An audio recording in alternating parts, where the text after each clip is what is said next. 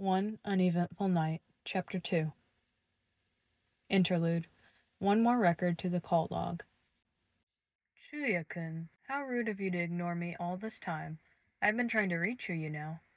Sorry, boss, but this can't wait. I need to know Dazai's blood type. I can see that Dazai-kun's location has changed to be in your apartment, but I have not imagined you'd actually take him inside. Why did you not bring him to me? He wouldn't have made it. His blood type, boss. I need it. And I suppose you suddenly obtain enough concern about Dazai-kun's well-being to offer him your assistance? Are you even familiar with medical care? Yes, I managed to stitch the wounds, but he's very low on blood. I need his blood type, Mori-san. He isn't awake to tell me. Next you will tell me that you have blood bags stored at your place. I do, of my own blood, because using corruption fucking drains me. Once again, I ask. And if his blood group does not receive yours, will you simply leave him to decease? I'll fly him to the nearest hospital and steal what I need. But for God's sake, Mori, I just need you to give me his blood type. Mori-san. Be thankful, Chuuya-kun, for Dazai-kun's blood group is the universal recipient. AB. Isn't that just swell? Thank you. Now I have to go. Oh well. I was really looking forward to Dazai-kun's visit. Have as much fun with him as you want. What the fuck does that even mean? Ah, right. Mori-san? I had to leave more than a dozen bodies in the rain tonight, and I'm not going to ask what happened, but if I'm informed that you were aware of the severity of the situation from the start in any way, shape, or form, I'm quitting. One more second and I'll hang up. Such a bold claim. I'll take your word for it, Chuuya-kun. But remember what you're risking to leave behind if you do manage to carry out with that threat. A blue pair glances at the pale body on the couch before the line cuts off. Fucking hell! The poor phone gets hurled at the opposite wall, scattering its pieces in the air. 3 stab wounds. Chuuya had to stitch 3. One on the right side of the lower abdomen, its matching relative parallel on the left side, and one just below the navel. Someone had gotten the best of Dazai thrice, and saying he's in disbelief might be the understatement of the century. His apartment is now in a shambles of open books, specifically medical ones near the TV area where the couch is set, the same couch he had been cozily snugged in with no care in the world less than 3 hours ago. And he isn't even occupying it at the moment. No, there is barely any space for that. Actually, if he were to make the rude invader scoot to the side, or draw the pull bed out, it might be plausible, but he'd rather be found shot in the head than ever do anything akin to that with him. So instead, he sits amidst the heavy books on the ground, back leant on the bottom of the couch. Dazai was unconscious by the time he had arrived, which was fucking scary at first. But as he began the treatment, relief made itself known, because Chuuya didn't have any kind of sedatives at home, and Dazai being awake during all of it would have been a nightmare. Well, not like it was all sunshine or rainbows either. His neck cranes backwards until his head meets the couch cushion and sighs. The movie playing as a distraction feels more like white noise to his ears, considering he's watching the almost empty, and second, blood bag slowly and steadily draining into the straw poked directly onto the frail arm, the bloodstream. Dazai's blood type is expectantly the most selfish one out of the 4, the one that can receive from all, but donate to none other than itself. And honestly, pretty on brand. Chuuya should have seen that coming, shouldn't have even called at all. A deep frown pulls at his expression at that, but he tries to ebb the feelings away. Getting angry will dissipate the energy, and he needs that for much more important reasons, like staying awake in order to ensure that the idiot is truly as stable as he seems, and not just playing tricks on him. That's right, even half-dead Dazai is perfectly capable of being a manipulative bastard. Chuuya closes his eyes, a feeling of pulse of the outstretched arm before him. He hadn't had the chance to change into comfortable or dry clothes yet, seeing as he's just finished his treating session. Dazai, however, had to be cocooned in something for his who knows how long outdoor shower, and so his wet pants were discarded and replaced by ones that belonged to the redhead, wintry and fluffy, and his torso, though still uncovered, is currently under a comfortable weighted blanket. Chuuya even went out of his way to dry the drenched hair, and once the shivers were back, Chuuya knew he was on the right track. God, he feels like death, and rightfully so after being faced with freak-out after freak-out, running endless laps around his apartment. Chuuya decides he's never answering late-night calls ever again. You said Chuuya's head whips forward, eyes open. His body immediately turns around to see the source of the whisperer's eyes miraculously open, staring at the ceiling, and Chuuya is suddenly met with a burst of energy to get on his feet. Dazai! He's scared at how relieved his voice seems to get while he sits on the edge of the cushion, making sure to show otherwise. Oh, you owe me fucking good, bastard. You wouldn't even believe it. The younger's face seems to withhold a displeased frown, but doesn't look at him yet. You said you'll wrap them back, he croaks, but I can't feel them. It's annoying the first coherent words he hears out of the other today are all but a complaint, or more accurately, a hurt critique on Chuuya's unfulfillment of his word, which was encasing Dazai's upper body with his second set of skin once they're home. But he understands why, all the same. Of course I didn't. I would have had to move your starry ass around. Dazai finally turns to him. His dark circles are a lot more prominent, given his overly blanched complexion. Chuuya's expression honestly doesn't convey its typical harshness, as he's too exhausted to do so, which leaves him as open as one of the medical books currently laid on the floor. He can tell his partner is in no different predicament. Dazai glances around the apartment, then stops at the IV stand holding the blood bag. Please tell me you've invited a professional doctor over. Chuuya's mouth curls into a sneer. And have the heart to lie to my patient? Not a chance. Dazai's eye widens comically, and Chuuya bites back a cackle. Oh, this is priceless. Am I wearing your pants? Dazai tries to distract them, but mostly himself. They're too short, Chibi. My calves are freezing. With a flimsy attempt to provoke. Oh, shut the hell up. Chuuya takes it in stride, too busy reveling in the fact that his methods had worked, that Dazai is alive before him, because of him. Doc would be so proud. I have to report to Mori-san, Dazai says in one breath, a little frantic.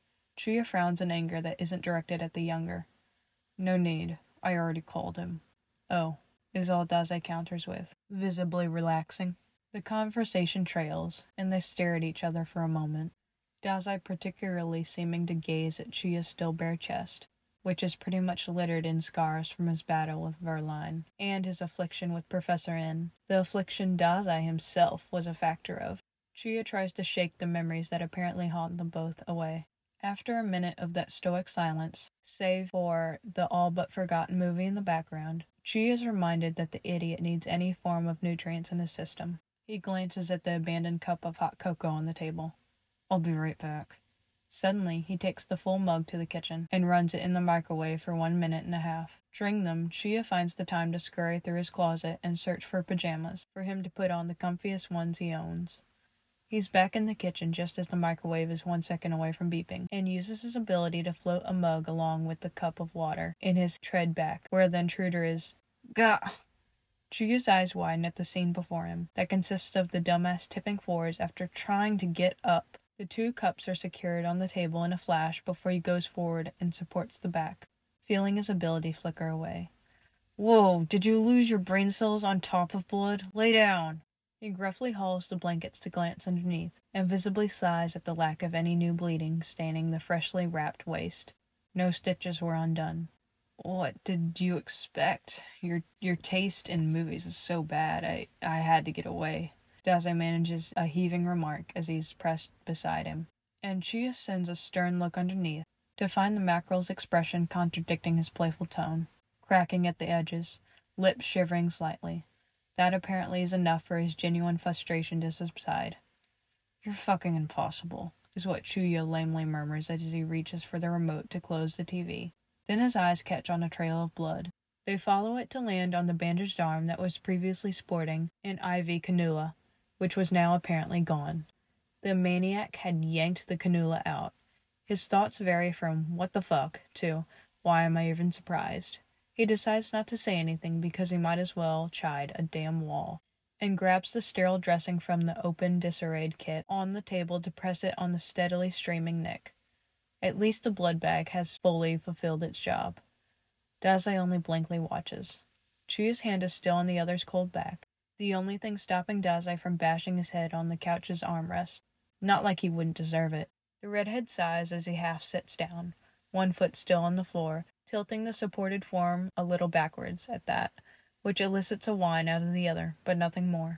Chuuya needs him upright for the time being, so he wedges a pillow behind the small of the younger's back as an anchor. If that was an escape attempt, then it's a sorry and stupid one at that. Chuuya growls just as the bleeding stops, leaving the dressing to snatch a pill and the cup of water. Get off your high horse and accept that you're out of your depth for fucking once. Dazai, as his per irritating nature, doesn't leave a comment unanswered. As if Chibi's so in his depth. I'd rather go back to dying slowly in the rain than be under your care. Chuuya shuts him up by shoving a pill in his mouth, and at the startled face of the other, he can't help but hurriedly clarify. Painkiller. You'll thank me later. He presses the edge of a cup against the quivering lips that accept it and drinks slowly. Chuuya relishes in the 3 seconds of silence. Damn it. I'm trapped in here with you. Dazai grimaces afterwards like it just dawned on him, trying to wiggle his body away in an effort to further their proximity, but only getting so far. This is the worst night of my life. Likewise, bastard. Just staring at your face makes me sick. Chuuya sets the cup down and takes the hot mug instead, as he leans back slightly so he's more reclined, even though he's too close to the edge for his comfort. He tips the beverage towards Dazai's mouth. This time, he whines, pressing his no longer blue lips together in protest. Chuuya frowns. Hey, you'll take this whether you like it or not. I'm not letting all my efforts end in vain just because you were too stubborn to drink the best beverage in the universe. It takes a second, but Dazai surprisingly nods and complies. Chuuya's eyes lighten. There we go. He can't hide the edge of curiosity in his voice, wondering what exactly caused this prompt resignation. He was ready to run his argument till morning if he had to. Dazai silently slurps, and Chuuya watches as 2, 3, 4 times pass where Dazai has the chance to bite back, but doesn't. The curiosity persists, but Dazai's bandaged side is the one that's facing him, so the chance of reading him, even as an enforced open book, is gone. That irks him for some reason. Where'd all the snark go, he derides. Initiates the perfect opportunity for the other to retaliate, to restore their status quo. But Dazai says nothing, scarily submissive and silent, and Chuuya's mind suddenly flashes back to where they were merely 3 hours ago, and how his partner had conveyed the same attributes. Maybe that's why this is so fucking unsettling to him. Hey, talk to me. He stops beating around the bush, because this isn't how he rolls. No, that's the other's area of expertise, the one he does not wish to associate with in any way. Dazai perks up slightly. It's almost robotic. Chuuya presses the warm mug on the mackerel's bare cheek and urges it to the side, for a single eye to meet his. It doesn't have the irritating glint that it normally does, and Chuuya, this time, doesn't consider that good enough. Don't just hum or nod. Run that infuriating mouth of yours, he all but coaxes, eyes stern. I'm sure you're only refusing out of laziness. Dazai blinks, then sends an absent smile. It's creepy. You miss my voice, slug? Not at all, he quickly reposits. It's just hilarious watching you talk with that milk mustache. He wipes his sleeve as emphasis. Dazai stills, then the glint sparks to life, as he glances at Chuuya's grin before facing away. The redhead smirk widens at the clearly embarrassed demeanor, and then when the ghost of a real, authentic smile forms on the other's face, he revels in the victory. Now Dazai is back. Of course, he decides to be insufferable as a start. Oh, you know you're just doing that on purpose. Chuuya's smile doesn't falter. Talk to me or I'll make you. It's so hilariously clear that it's an empty threat, he's surprised it even worked at all. You're one feisty mutt today, Dazai remarks with a shiver, turning to him. Who hurt you? I'll do you one better. Who hurt you? Chuuya's face subtly falls as he sets the mug back on the table, about ready to leave the couch and lie his partner down. I mean, that's one spectacular mission failure if I've ever seen one. I wish I was there to see the look on your face as things went off the rails. His eyes betray him as they downcast, haunted by a series of dark figures. Dazai stares at him calculatingly, before seeming to give up on repelling his need to rest. A sheepish weight on his shoulder intrigues the older, and he looks down to find Dazai slowly but surely winding against him. The possibility of leaving the couch is inconceivable now. They had an associate who could read minds, which I wasn't informed about. Dazai admits, my plan was completely foreseen. I couldn't do a thing. Chuuya's lips part in silent surprise, letting things sink in. But really, why was he even shocked? Seeing firsthand how grim the horrendous aftermath was, the only question that ran in his mind was, how in the ever-loving fuck did Dazai screw up this badly? The answer should have been easy to obtain. Of course, because the only thing capable of withstanding a chance against Dazai's intellect is said intellect itself. How come an ability like this isn't important enough to impart? You never just dash into these sorts of things without the complete intel from our boss. He is gradually sinking back into the cushions, still in that uncomfortable half-sit. Both of them are propped up by the pillow at this point. I mean, Mori-san knew all about the mission, didn't he? He checks, seeing to know if his threat to quit was rightly earned. Wow. Impart and intel. Big words for you there, slug. Dazai sneers, and Chuuya gives him a light pinch on the arm for that. No. Mori-san was actually against the idea of picking a fight with this particular gang, so I had to gather intel on my own.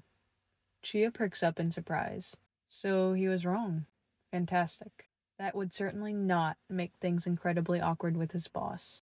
He knew about the ambush I'd planned, but when or how weren't in his knowledge.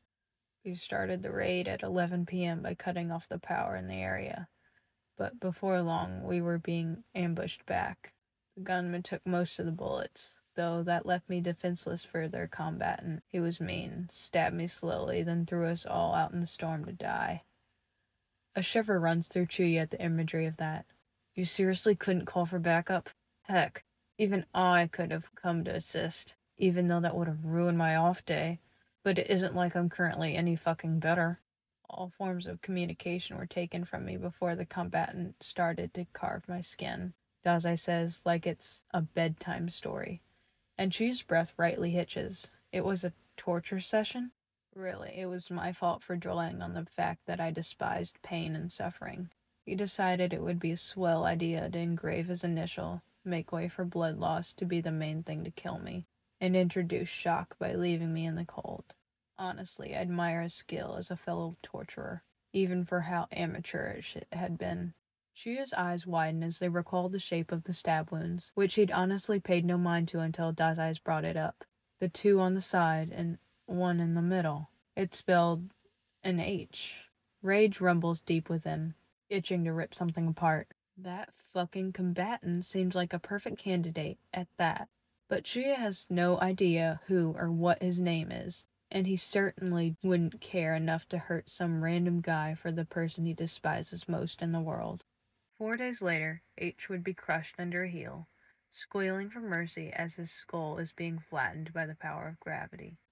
The surge of anger suddenly dissipates, along with his energy. Chuuya's arm squeezes the other's shoulder absently. If you ask me, I'd say this is the least you deserve, jackass, he says with a little bite, exhausted and upset, but also with little truth to it. After all, this was the perfect payback for what Dazai let Chuuya go through during the Verlaine incident. The only thing missing is for Chuuya to have been completely aware of this happening and doing nothing about it. Dazai scoffs quietly. Cruel hat rack. Chuuya huffs. Tacky mackerel. Fist for brains. Glorified mummy. Dazai silences, like he remembered something. I'm cold, he whispers with a shiver, and Chuuya sighs in understanding. Yeah, well, your hypothermic ass isn't exactly sitting in the sauna. He tries to divert, knowing exactly that Dazai wouldn't really be one to express what he's feeling without some kind of twist to it, and in this case, he's all too aware of that said twist. The idiot's alluding to his second skin. He's aching to be swathed, even if the blanket is hiding most, if not all, of what he's trying to conceal, making any extra layer unnecessary. Why does he need to hide himself anyway? It isn't like his scars are much different from Chuuya's. He decides to save that particular discussion for another day. Give me a roll and I'll wrap myself if Chuuya's too worthless to do so. Dazai gets forward with it, placing an open palm on Chuuya's lap, in a hand-me position. The redhead slaps it away. Can you stay upright on your own? He asks. And at Dazai's attempt to haul himself up, Chuuya holds him down. Rhetorical questions, shithead. I already know the answer. If you really are cold, I could get you a shirt, but that might aggravate the stitches. And even though you bleeding out would be an amazing sight to behold, I'm honestly too fucking tired to restitch your ass back. It's not fair, Dazai whines, lifting his head off his shoulders, and the redhead's brow arches. Ah? Why do you get to hide them? The complaint is hissed through gritted teeth, low, as the brunette looks away, obscuring his expression. Chuuya's mouth clasps shut, blinking towards himself. The blue hoodie acts as a barrier to his blemishes, a reminder of his past survival and victories. Maybe because I wasn't the one bleeding out 3 hours ago. Chuuya isn't really up for questionable riddles this late, and sure as hell isn't going to undress himself just to appease the illogical bastard. He ensures to make that clear. Besides, I thought this was about you being cold. I am cold, Dazai insists, and the only indication of him telling the truth is the icy skin Chuuya feels under his fingers. Not the shivers. The shivers are most likely a wily front that Chuuya is not dumb enough to fall for. The redhead ponders, thinking of ways to warm the other. A jacket might work, but the only worn one he owns is hanging to dry, and even then, they still need to leave it open, making it pointless. And he doesn't really have another blanket he can use either, so the most fucked up option springs for a second. No. No way can they? Fuck. There might be no other way. In that case, it looks like we'll have to make do, Mackerel. He says it like it's bad news, which it is. Dazai's head slowly turns back to send him a comical, bewildered gaze. If you're suggesting what I think you're suggesting, then ew.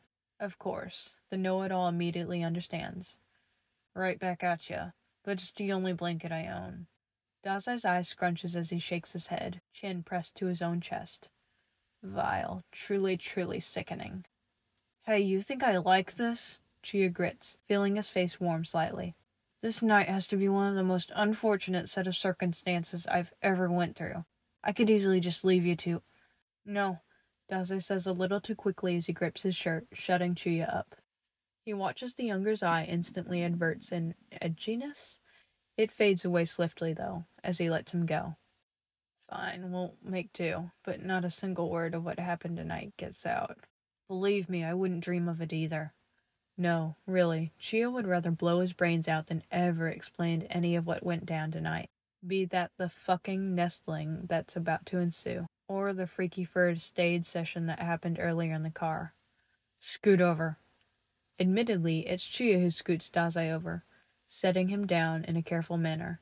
It doesn't elicit any reaction out of the other this time, and now there is enough space for the two of them. Chuuya winces in disdain. Before the inevitable so contemptuously comes, he first draws the extra space, turning the couch into a sofa bed, then grabs a penny from his pocket and, using his ability, hurls it towards the light switch.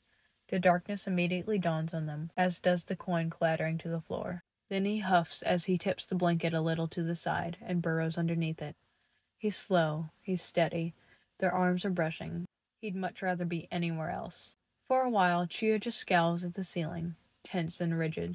The moonlight tints his living room in blue. The ongoing, muffled pattering against his windowsills fills his ears. All of it is admittedly calming, as he inhales slowly in an effort to smooth out his expression. He's too sleep-deprived to think too deeply about any of this, with the piled fatigue seeming to crash on him all of a sudden. The body beside him shudders, cold skin prodding against him ever so lightly. An eye meets his. Have been already staring, it seems. Providing the warmth is objective here, he reminds himself. Seeing as Dazai is unable to roll onto his side, Chuuya has to. Reluctantly, he fully faces the other, and they stare for a bit. The darkness a helpful factor in hiding details they'd never want the other to see. But Chuuya catches the faint twitch of the bandaged cheek all the same, and wonders aloud, "Do you sleep with this on?" His voice is hushed in respect of the atmosphere, nudging his chin for what he's alluding to. Dazai tenses, and Chuuya doesn't see the snarl, but hears it. "I'm not taking it off." Okay, geez. Chuuya only sighs. His chance to delaying what he's oh so dreading has failed. I didn't mean to hit a nerve there. He slightly nears before a widened eye stops him. "When have you become an obedient dog?" Dazai whispers, surprised for some reason. "You're not gonna defy me all the same?" Chuuya frowns. "If you really wanted them on, why would I?" And then pauses in prompt realization. "I mean, do you want me to defy you?" His brow ridges. The silence is more than telling, but Chuuya waits for a verbal answer anyway. "Of course not." Dazai sends him an expectant gaze. "For the love of..." As always, resorting to fucking riddles proves to be Dazai's go-to method of solicitation. "Come here." He wriggles his body with a peeved grimace, till they're chest to shoulder, and Chuuya brings his hands forward, reaching for the safety pin he spotted somewhere at the back of Dazai's hair earlier. Position appearing difficult to move in, he pushes himself upward slightly so his shoulder is supported by the pillow instead of his head. The safety pin is found at last, and he unfastens it for the bandages to lose their only support, slackening and drooping in a tangle of white. He ignores the way he can hear the other's every intake and exhale of breath given their proximity, dead set on avoiding eye contact as he works. He lifts Dazai's head a little to shed them entirely, and with them carelessly thrown away like litter, Chuuya registers just how warm the cheek he's holding is and glances down. Dazai cranes his neck to look at him, and Chuuya almost laughs. There is a curved line, clear enough even midst the darkness, separating his left from his right, the one he's in contact with. The right is paler, brighter, and looking like it hasn't seen the sun in ages, which is probably the case, given the all-too-apparent tan line he surprisingly finds on the bandage's stead. A pleasant opposition to the scars Chuuya was almost certain he'd discover. "What?" Dazai grits out like he knows exactly what sprung Chuuya's amusement. And even though this is the perfect opportunity to play the mackerel back for all the times he made fun of his height, Chuuya satisfies his urge to laugh with a mere chuckle. "Nothing." He honestly is too worn out for banter, but that doesn't mean he won't definitely make fun of this newly discovered feature in the future. Dazai's unconvinced frown is hilarious as well. He's glad this has diminished the tension, even for a moment, because now he's relaxed enough to act without feeling like he'd fucking explode. He presses the back of his fingers on either side of Dazai's cheeks, out of curiosity, to be surprised by the contrast in temperature. Maybe the bandages do provide warmth, and the mackerel wasn't just whining for nothing. Oh well, too late for that now. The brunette's unconvinced frown turns into a confused one as Chuuya brushes his face. Then a chill runs through him. Dazai seems to heave a distressed sigh before he can help it, looking just as exhausted as Chuuya feels, now that his expression is no longer half-veiled. The redhead glosses over the uncanniness of it as he's reminded of his objective once more. Right. Once again, a staring interval passes between them, sort of a preparation for Chuuya's eyes to stern, while Dazai's two-tone face fully blanks. No, this cannot be a preparation, rather than a silent sanction on both their parts. In exchange, "Is this okay?" followed by, "You're good," that only the two of them can hear. Wordlessly, and oh so slowly, Chuuya's arm moves first, aiming just below the neck. Sheepish fingers drape around the cold nape for only a second, briefly register the goosebumps forming there before the rest of the arm extends further, until the uncombed brown curls are pillowed on the crook of his elbow instead of an actual pillow. Laying the first stone is surprisingly hardest, as the mentality of it was so absurd to begin with. But now that it's set, Chuuya finds that, from there, it's all automatic. The outstretched arm meekly curls till the fingers reach the hair, and his other hand finally works, a little less slowly at that. It finds the chest, wanders to the further bandaged arm, and begins sheepishly rubbing it to provide the sought-out warmth the other needs.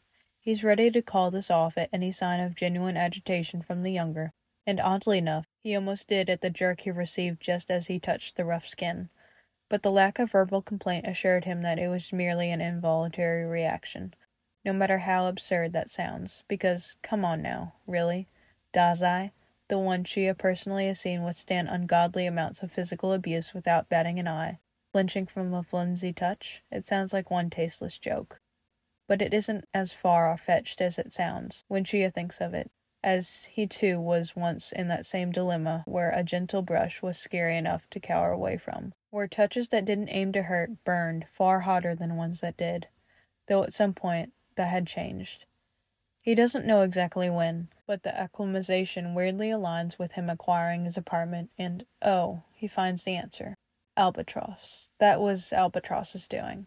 Memories flood of the creaking sounds above him at dawn, of a chirpy voice dragging him out of slumber, of late-night missions he never asked for, all tinged with a weird filter of fondness. And it's funny how that works, isn't it? 3 months ago he would have gladly cursed at the lack of the bastard's boundaries till there was no tomorrow. But now he'd do anything to be subjected to all those small inconveniences 10 times over. The way his throat clogs forced him back to where he was, and he swallows thickly. The sleep deprivation might really be getting to him for such emotions to easily overcome him. He sighs, resuming with stroking the cocooned arm as he stopped at some point, and tries to glance down to determine if his partner had finally went to sleep. But he can't see where he's propped up high like that, the bangs acting as an obscuration to fully see. However, as his awareness of his surroundings returns, he discovers that using his vision isn't as vital as he had imagined. For Dazai's body is a little too rigid to be considered in slumber, and his breath is fluctuating between stuttering and stopping entirely. Chuuya wouldn't have pointed any of this out because, for one, he's not touching any wounds to be the one kindling those attributes. And for two, he truly couldn't have cared less. He's tired. Though the way too violent heartbeat he's feeling is a little concerning. Just a bit. "You kicking the bucket down there?" he rasps way too nonchalantly, which might be the thing giving away his legit worry, funny enough.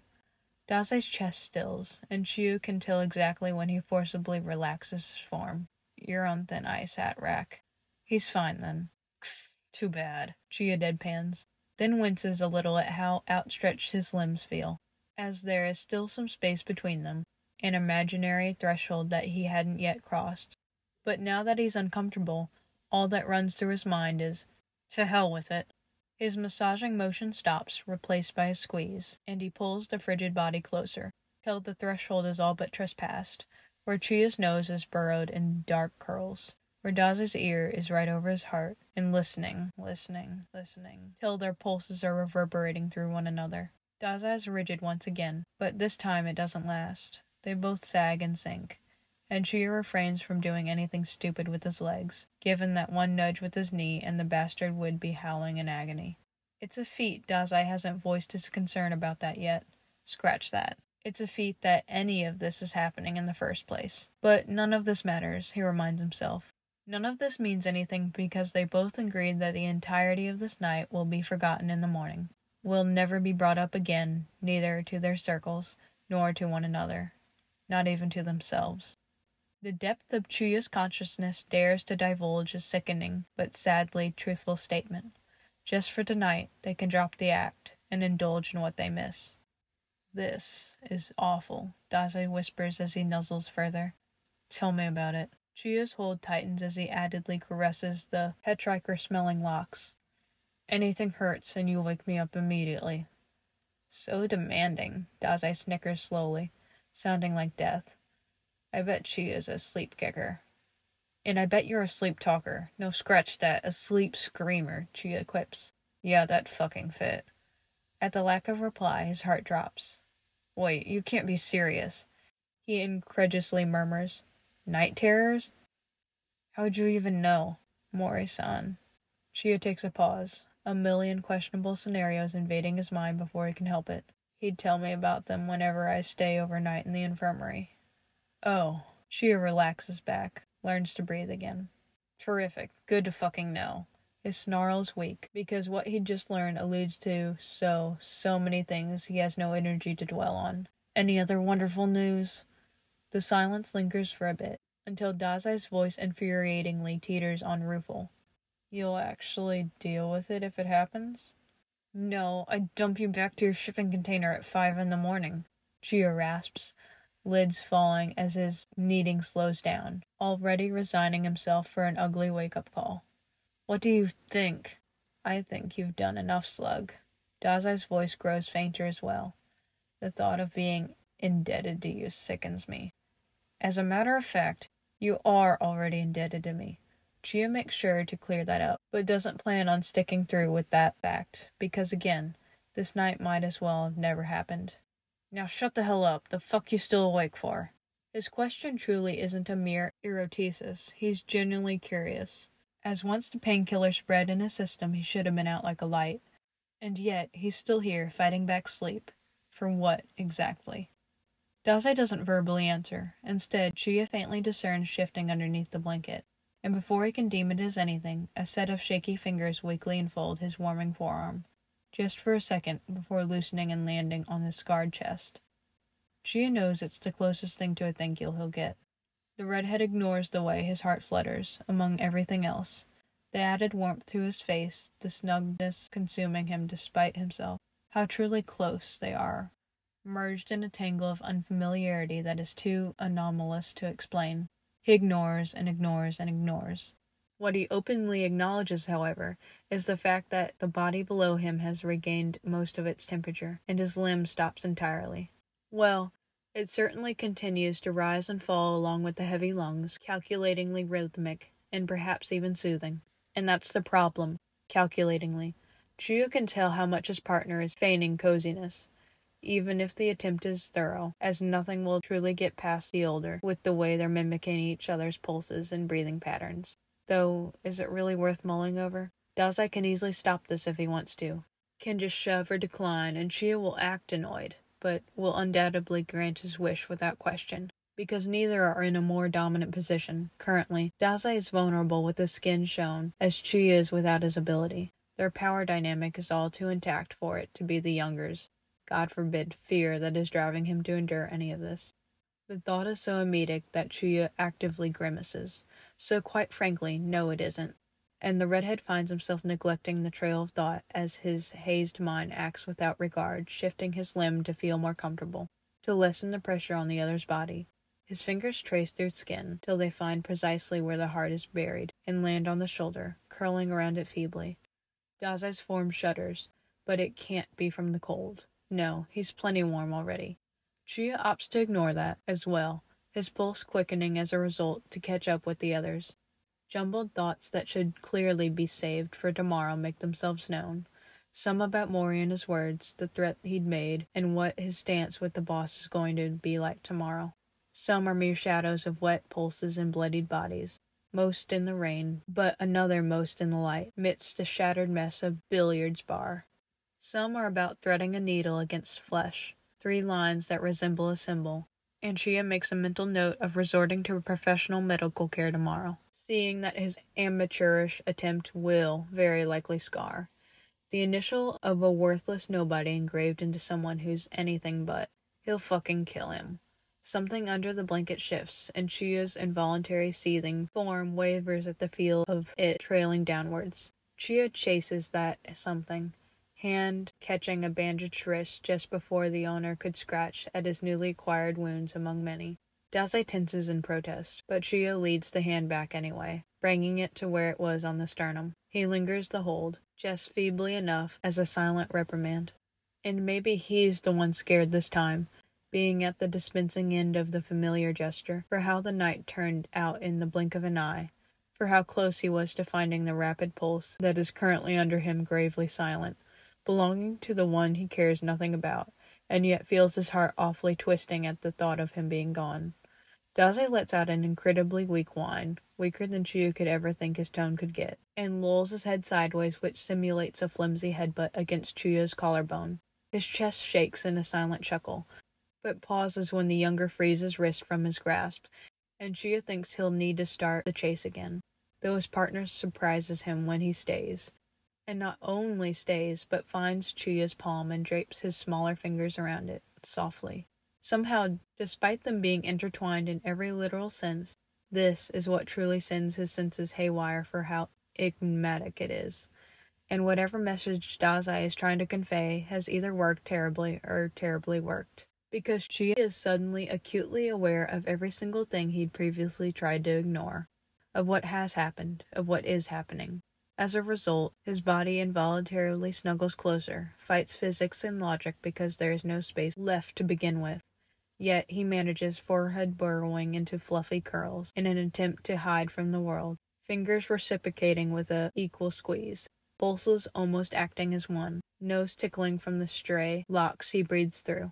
The added pressures comfort him in an almost terrifying degree. Has Chuuya demonstrated that he'd rather be found shot in the head than do any of this? Yet, oh well. As established, this night was definitely, truly uneventful, and will always be so, even on their deathbeds, no matter how soon that will be. Somewhere, somehow, in the back of Chuuya's mind, tells him that he wouldn't mind slipping away just like this. Chuuya desperately ignores that thought, tries to at least, but he finds himself whispering against his partner's ear in an effort to tell him to knock off the falsified front already and to let them both rest. Take it easy, Mackerel. Come on. A million reassurances slip between the lines. Chuuya is confident Dazai has heard them all. It's okay. I know it hurts. We're on the same boat. You're not a burden. I'm not getting rid of you. I'm sorry for not keeping my word. You're safe. You can trust me. At that, Dazai's form completely slackens, the screaming of his irritatingly gifted mind seeming to quiet, to grant him mercy. And it takes Chuuya a second longer to follow suit. 2 hours later, a set of fingers are running through sweaty hair, and an arm locks against a thrashing, panting chest while the other set of fingers smoothly rub on a bandaged, trembling arm. A scream sounds through the air. I'm here. I got you. The words are whispered between dark curls again and again as they evanesce into the uneventful night. Notes. Cue Mori watching Dazai's vitals fluctuating the whole damn time with a displeased groan. Wow, it wasn't a one-shot. Isn't that crazy? So, fun fact, I just wanted to let y'all know it takes me a while to do a podfic because I'm a shitty reader. So, say the video that gets uploaded on YouTube is 15 minutes. It took me probably half an hour to record with all my mess-ups, and then another half an hour to listen through the half hour and, cut out the stuff that I messed up on and re-say the words that I fucked up on. So, if a 15-minute video gets uploaded on YouTube, then it took me an hour to actually make that 15-minute video. So it takes me over 3 times the time to actually do it. So just so y'all know, the longer it is, the longer it's gonna take me. Yeah, that's fun. Alright, bye.